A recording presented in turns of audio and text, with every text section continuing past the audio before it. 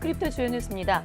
이복형 금융감독원장은 디지털 자산 관련 금융 리스크 점검 토론회에 참석해 디지털 자산 관련 회계 기준 정립을 통해 회계 공시 정보를 유도할 것이라며 디지털 자산을 발행하거나 보유한 기업에 발행 보유 주석 공시 의무를 신설하겠다고 전했습니다.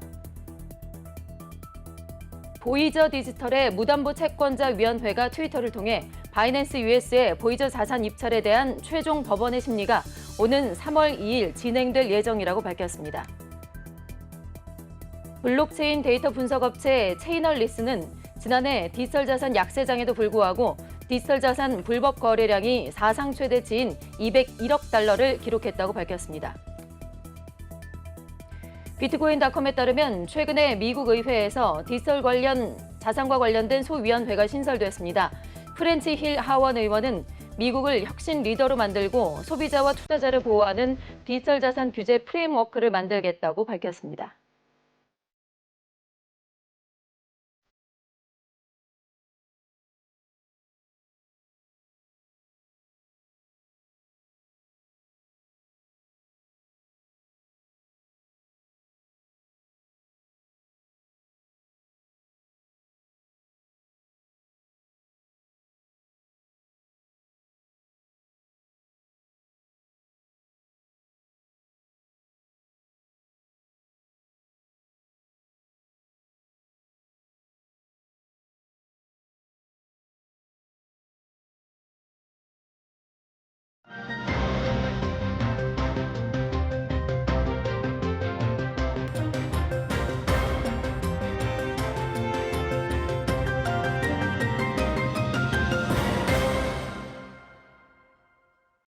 네, 시청자 여러분 안녕하십니까? 블록체인 전문 뉴스 MBN B뉴스 시작하겠습니다.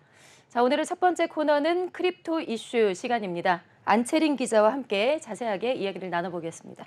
어서 오세요. 안녕하세요. 네, 자, 어제 금융감독원 주재로 디지털 자산 관련 금융 리스크 점검 토론회가 열렸습니다.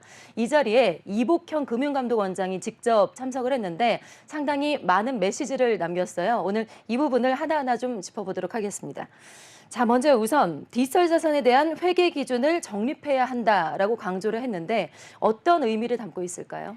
네, 이복현 금감원장은 디지털 자산 관련 기업의 공시 의무화를 이야기하면서 해당 발언을 했는데요. 우선 회계라는 것은 시장이 돌아가기 위한 기초적인 작동 원리이자 최소한의 정보 전달이라고 생각한다고 말했습니다. 그러면서 디지털 자산 관련 회계 기준을 정립해서 충실한 회계 정보 공시를 유도하고 디지털 자산 발행과 보유와 관련한 회계상 주석 공시 의무를 신설하고 모범 사례도 배포할 예정이라고 말했습니다. 이처럼 주석 공시 강화를 위해 유관기관, 금융기관, 그리고 민간 전문가와 소통 협력을 강화하고 디지털 자산 시장이 국민 경제 발전에 기여할 수 있는 환경을 마련하겠다. 이렇게 덧붙였습니다. 네, 사실 이복형 금감원장이 그 디지털 자산에 대한 주석 공시를 강화하겠다라고 한 것은 이번이 처음은 아니었습니다. 그만큼 디지털 자산을 관리하겠다라는 의지가 상당히 강해 보이는 그런 메시지인데요. 이렇게 근데 관리에 들어가려면 지금 금융당국이 이 산업에 대한 정보를 상당히 많이 가지고 있어야 되고요.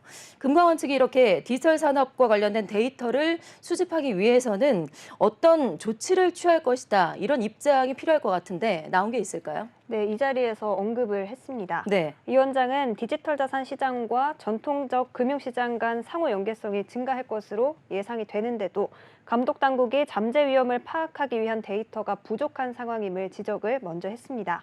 이를 해결하기 위한 방법으로 디지털 자산 관련 모니터링 툴을 개발하겠다고 예고했는데요. 이 원장은 디지털 자산 시장의 리스크에 선제적으로 대응하기 위해서는 무엇보다 데이터 확보가 중요하다면서 디지털 자산 관련 모니터링 툴 개발을 통해서 관련 데이터를 확보하고 잠재 리스크를 측정할 수 있는 역량을 제고하겠다고 강조했습니다.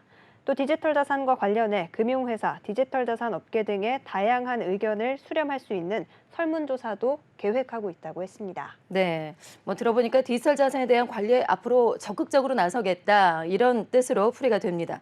그런데 사실 우리나라 디지털 자산에 대해서 방침들이 규제에만 초점이 맞춰져 있기 때문에 산업 진행에는 별로 도움이 안 된다. 이런 또 불만의 목소리도 있습니다. 이런 불만과 관련해서 이 원장이 어떤 언급이 있었을까요? 네, 이 원장은 시장의 규칙을 먼저 만들어야 진흥도 가능하다는 입장이었습니다. 발언을 구체적으로 살펴보면 이 원장은 디지털 자산 시장에서 테라, 루나 등 국내와도 밀접한 연계성을 갖는 사건들이 발생하는 것을 보면서 많은 고민을 했다고 했는데요. 따라서 기술적인 문제를 떠나 진흥을 위해서라도 룰 메이킹을 확실히 하지 않으면 안 된다는 공감대가 생겼다고 말했습니다. 이런 이유로 금융감독원도 적극적으로 입법과 가이드라인 마련에 동참하게 됐다, 이렇게 덧붙였습니다. 네, 그러니까 규제가 먼저 만들어져야 앞으로 산업 진흥도 가능하다라는 의미인데 이 자리에 뭐 동석을 했었던 다른 분들도 뭐 다들 공감을 했다고 하죠. 저도 어느 정도는 이해가 되는데 어떤 이유로 이 규칙을 만드는 게 중요하다 이 주장에 공감을 한 건가요? 네, 전문가들은 디지털 자산 시장과 전통 금융 시장의 연관성이 높아진 점, 그리고 모니터링 툴 부재로 정보 비대칭이 생기는 점 등을 들어서 디지털 자산 시장의 규칙이 정비될 필요가 있다고 말했습니다. 우선 김부곤 금감원 디지털 금융혁신국장은 아직 디지털 자산 시장이 금융 시스템 안정성에 직접적으로 미치는 영향은 낮은 수준이라면서도 최근 디지털 자산 시장과 전통 금융 시장 간 직간접 연결고리가 발생한 사례가 지속적으로 드러났다고 했는데요. 이처럼 양 시장의 연관성이 높아지자 향후 금융당국과 학계 등의 관련 연구 그리고 검토가 필요하다고 했습니다. 또 데이터 플랫폼 기업 쟁글의 김준우 대표도 이 문제에 대해서 언급했는데요. 김 대표는 디지털 자산 잠재 리스크 모니터링 툴과 관련해 디지털 자산 데이터는 블록체인상에서 직접 추출하고 정제해서 확인할 수 있는 특징을 가지고 있다면서도 그러나 아직 모니터링 툴이 부재하기 때문에 정보 비대칭 문제가 심각하다고 말했습니다. 이 정보 비대칭으로 인해서 투자자 피해가 생길 수 있다고 우려했고요. 이어 김 대표는 디지털 자산 시장의 건전한 발전과 성장을 위해서는 규제와 함께 온체인 정보를 활용할 수 있는 모니터링 툴의 발전이 점점 중요해질 것으로 예상한다고 말했습니다. 네. 자, 그리고 어제 그 자리에서 현재 국회에 계류돼 있는 디지털 자산 기본법에 대한 언급도 분명히 있었습니다. 그 디지털 자산 시장 내 불공정 거래 관련해서 감독의 권한을 금융감독원에 어느 정도 할당하는 이 방안에 대한 논의인 건데 이에 대해서 이 원장의 뭐 입장이 나왔을까요? 네, 이복현 원장은 아직 답하기 어렵다면서 좀 신중한 태도를 보였는데요. 네. 이 원장은 금융 관련 감독 업무가 있다면 감독에 대한 책임과 책임을 이행하기 위한 권한이 있으면 좋겠다는 일반적인 생각은 있다면서도 국회 논의가 예정된 상황에서 구체적인 의견을 말하긴 조심스럽다고 했습니다. 한편 금감원 내 디지털 자산 관련 조직 확대 계획에 대한 언급도 있었는데요. 이 원장은 원내 전담 조직뿐 아니라 전통 금융권 내 관련 업무 담당자들과 TF를 구축하는 등 유기적인 형태로 인력 운영을 하는 방안 등을 고려 중이라고 답했습니다. 네, 알겠습니다. 자, 두 번째 이슈로 넘어가 보겠습니다. 자, 두 번째 소식 역시 어제 열린 토론회에서 나온 그런 이야기인데요. 자, 안 기자, 어제 토론회에서 스테이블 코인과 CBDC, 그 중앙은행 디지털 화폐라고 하죠. CBDC. 이게 기존의 금융 시스템에 위험을 초래할 수 있다라는 주장이 나왔습니다. 그에 대한 이유가 뭐 설명이 있었을까요?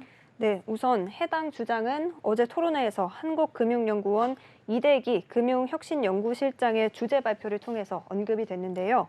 이 실장은 스테이블 코인이나 CBDC가 은행 예금을 대체할 경우 은행의 자금 조달 비용 상승과 또 자금 중개 기능 약화, 자원 배분의 효율성 저하 등의 이유로 금융 리스크를 확대할 가능성이 있다고 진단했습니다.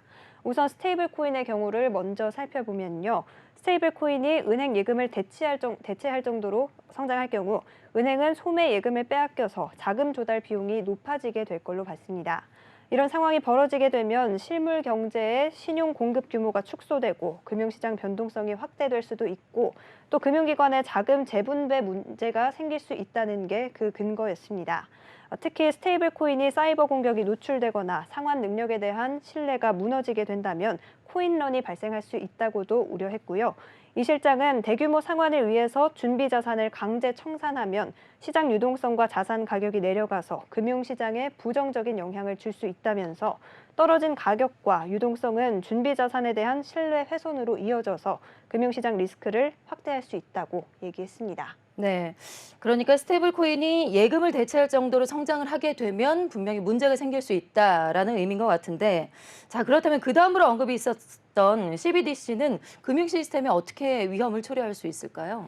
네, CBDC의 경우도 스테이블 코인과 비슷한 이유로 금융 시스템에 부정적 영향을 끼칠 수 있다, 이렇게 전망했습니다. 우선 이 실장은 CBDC는 각국 중앙은행이 발행하고 있기 때문에 그 공신력을 바탕으로 체크 신용카드나 인터넷 배킹 등을 대체할 것으로 봤습니다. 더 나아가서 송금 등을 위해 예치된 은행 예금 중 일부가 CBDC로 대체돼서 은행 예금이 감소할 것이라고 전망했는데요. 이에 따라 스테이블 코인과 마찬가지로 CBDC 도입은 은행의 자산 건전성 저하와 또 시스템 리스크 등을 야기할 수 있고 금융 안정을 저해할 우려가 있다는 게 이 연구실장의 분석이었습니다. 네. 그러니까 지금까지는 앞으로도 생길 수 있는 미래 문제에 대해서 이야기가 나눠졌었는데 지금 현재도 쉽지 않은 그런 상황입니다. 지금 크립토 윈터가 상당히 길어지고 있는데 이게 금융시장에 미칠 우려에 대해서도 이야기가 좀 나왔어요. 어떤 얘기가 있었을까요? 네, 말씀해 주신 것처럼 코인 시장이 약세장에 들어선 지 꽤 오랜 시간이 지났습니다. 네. 이처럼 가격이 하락을 하다 보니 투자에 실패한 사람들이 과도하게 빚을 진다거나 하는 상황이 벌어지고 있었는데요. 이런 상황을 우려한 겁니다. 우선 자본시장연구원 이효섭 선임연구원은 어제 토론회에서 디지털 자산 급락이 가져올 당장의 금융시장 리스크에 대해서 얘기를 했습니다. 이 연구위원은 지난해 6월 말 기준으로 한국 가계의 디지털 자산 이용자 수는 약 700만 명이라고 밝혔습니다. 또 그중에 20, 30대가 전체의 55%를 차지하고 남성이 절대적으로 많다고 했는데요. 그러면서 남성 30대 남성 10명 중 4명꼴로 디지털 자산 급락 때문에 보유 자산 가치가 급락하고 이를 만회하기 위해서 높은 이자로 신용대출을 받고 또 개인 회생까지 이어지는 사례가 많다고 했습니다. 이어서 경기 침체 그리고 잠재 성장률 둔화로 이어지는 MZ세대의 금융 안정도를 심각하게 봐야 할 것이라고 생각한다. 조금 위험한 부분이 있다. 이렇게 우려하기도 했습니다. 네, 알겠습니다. 자, 세 번째 이슈 짚어보겠습니다. 지난해 7월에 파산 신청을 했었던 디지털 자산 중개업체죠. 바로 보이저 디지털 소식인데요. 원래는 FTX가 인수를 하려고 했다가 FTX가 무너지면서 바이낸스 US 쪽에서 인수를 추진하고 있습니다. 자, 안 기자, 현재 두 회사 인수의 진척도는 어떻게 되고 있을까요? 네, 우선 현재는 상당히 순조롭게 진행이 되고 있는 걸로 보입니다. 네. 보이저 디지털 무담보 채권자위원회는 트위터를 통해서 바이낸스 US의 보이저 디지털 인수를 위한 최종 심리가 오는 3월 2일에 열린다고 했습니다. 해당 트윗에 따르면 입찰이 완료된 뒤 거래 이해관계자들은 28일 동안 이의를 제기할 수 있고요. 이의 제기 마감일은 오는 2월 22일까지입니다. 앞으로 3월 2일 열리는 최종 심리는 일주일간 사전 제기된 이의 신청에 대한 답변을 제공합니다. 또 위원회는 매매 계약이 마무리되면 보이저는 보유한 디지털 자산을 매주 바이낸스 US로 이전하게 되고 또 이전된 디지털 자산은 즉시 채권자의 계좌로 분배된다고 했습니다. 이는 이전된 디지털 자산이 또 다른 위험에 처하는 것에서 보호하기 위한 조치로 보입니다. 네, 채권자에게 디지털 자산이 분배된다라는 내용이 있었는데 사실 디지털 자산이라는 게 변동성이 상당히 크잖아요. 그래서 채권자에게 돌려줄 때 이 가치를 산정하는 게 또 애매할 것 같은데 기준이 어떻게 되는지 채권자들은 어떤 기준에 따라서 그 자산을 돌려받게 되는지 이 부분이 궁금한데요. 네, 위원회는 채권자에게 배분되는 디지털 자산의 가격에 대해서는 자산의 공정한 시장 가치에 따라서 고객의 자산 회수율이 결정될 것이라고 언급했습니다. 그러면서 디지털 자산 보유량에 관계없이 일정한 비율을 받게 된다고 덧붙였는데요. 더불어 추정치는 작년 12월 18일 현물 가격에 기반하고 실제 지급되는 디지털 자산은 보이저 캐피털의 디지털 자산 가치에 따라서 달라질 수 있다. 이렇게 설명했습니다. 네, 알겠습니다.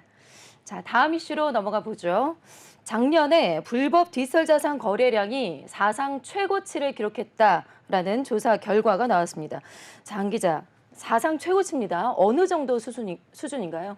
네, 체인얼리시스가 16일 공개한 디지털 자산 범죄 보고서 개요에 따르면 네. 시장 침체에도 불구하고 디지털 자산 불법 거래량이 2년 연속 증가한 상황입니다. 이런 증가세에 따라서 2020년 불법 거래량은 사상 최대치인 201억 달러, 한화로 25조 44억 원 정도를 기록했습니다. 블록체인 데이터 분석업체 체인얼리시스는 작년 디지털 자산 제재 지정과 해킹 공격의 급격한 증가로 불법 디지털 자산 거래량이 사상 최고치를 기록했다고 말했는데요. 심지어 이는 하향 추정치로 향후 새로운 불법 활동 식별에 따라 그 규모가 더 커질 수도 있다고 밝혔습니다. 네, 지금도 사상 최고치인데 앞으로 더 커질 수도 있다라는 얘기군요. 자, 불법 거래량이 2년 연속 증가를 했다고 했는데 정확히 추세는 어떻습니까?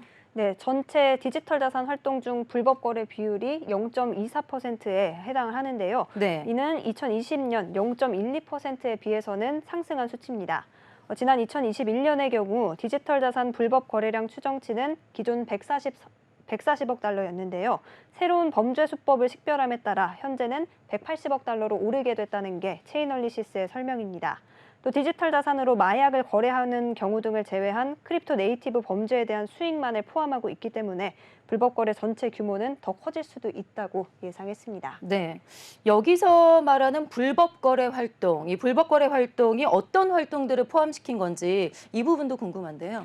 네, 이번 통계에는 테라 루나 사태나 국내나 해외의 디지털 자산 시세 차익을 노린 불법 외화 송금 등은 포함되어 있지 않은 상황입니다. 사기일 가능성이 있는 사건과 디지털 자산 거래 밖에서 이루어진 범죄 활동은 제외했기 때문인데요. 통계는 아동학대물, 도난자금, 또 테러 집단 자금, 스캠 코인 등 9개 부문에서 디지털 자산을 이용한 거래를 불법 활동으로 봤습니다. 네.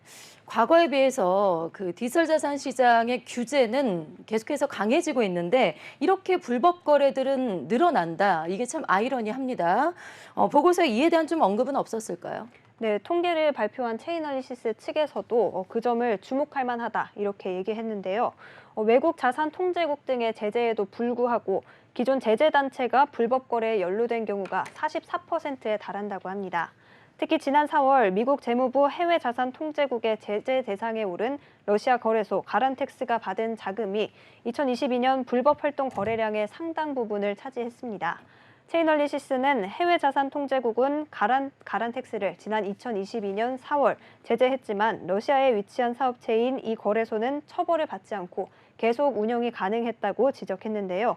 또 북한이 편취한 디지털 자산 세탁에 활용한 믹서 기업 토네이도 캐시의 활동도 불법 거래 규모를 추산하는 데 포함이 됐습니다. 여기서 언급한 믹서는 또 디지털 자산을 쪼개고 섞어서 추적을 어렵게 하는 시스템으로 알려져 있습니다. 네.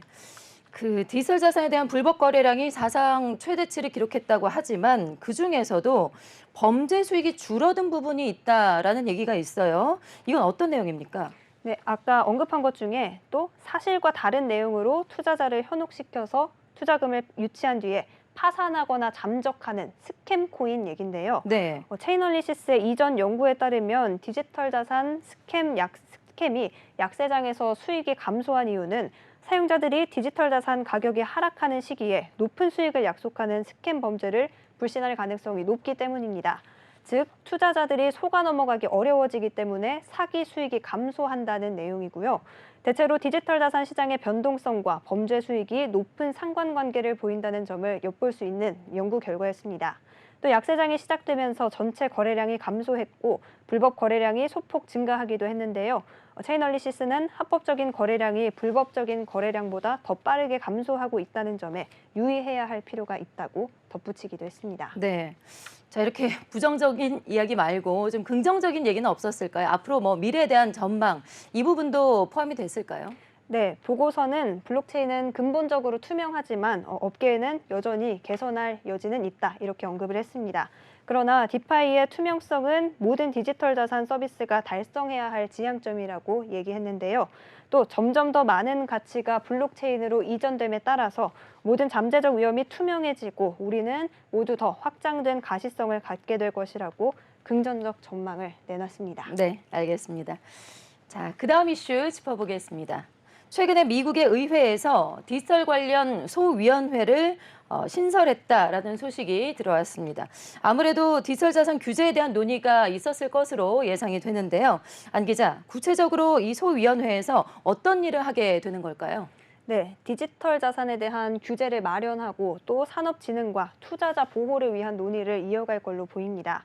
현재 시각으로 15일 비트코인닷컴에 따르면 미국 하원 금융서비스위원회는 최근 디지털 자산, 금융기술 및 융합 소위원회를 조직했습니다. 하원 금융위원회는 소위원회의 업무는 디지털 자산 생태계를 위한 규제의 명확한 기준을 제시하고 생태계의 다양한 융합을 지속적으로 강화하도록 유도하는 것이라고 설명했습니다. 위원장을 맡은 프렌치 힐 하원 의원은 디지털 자산에 대한 규제와 법적 틀을 만들고 싶다면서 혁신적 관점에서 미국을 리더로 만들면서도 소비자와 투자자를 보호하는 게 그 목적이라고 말했습니다. 네, 사실 우리나라 국회에서도 디지털 자산과 관련한 소위원회가 있죠. 최근에 계속해서 지금 논의가 됐다가 결국에는 뭐 소위원회가 또 파행이 되고 이제 거듭을 했었는데 바로 어제 정무위에서도 관련 논의가 있었습니다. 결국에는 파행이 됐지만요. 네, 맞습니다. 어제도 전해드렸지만 국회 정무위에서 디지털 자산법 관련 논의를 이어가려고 했으나 결국 제대로 된 논의는 시작도 못한 채 연기된 바 있죠. 미국처럼 소위원회를 기준으로 말씀을 드리면 원래 지난 26일, 그러니까 지난해 12월 26일에 국회 소위원회에서 해당 법안 관련 논의가 있을 예정이었습니다. 그러나 정쟁에 밀려서 산회됐다가 28일로 연기된 후 28일 소위에서도 뚜렷한 성과가 없었습니다. 현재 우리나라는 디지털 자산 업권법이 아직 없는 등 관련 법안이 미비한 상황인데요. 이 때문에 여러 가지 문제가 생기고 있습니다. 크고 작은 문제들을 해결하고 투자자를 보호하기 위해서 국회 측에서는 디지털 자산법에 대한 논의를 더 이상 미뤄선 안 될 것으로 보입니다. 네, 맞습니다. 지금 피해자도 상당히 많이 늘고 있고 규모도 갈수록 더 커지고 있는데 법 개정이 하루빨리 좀 이뤄져야 될 것 같습니다. 자, 이렇게 오늘 크립토 이슈 안채린 기자와 함께했습니다. 고맙습니다.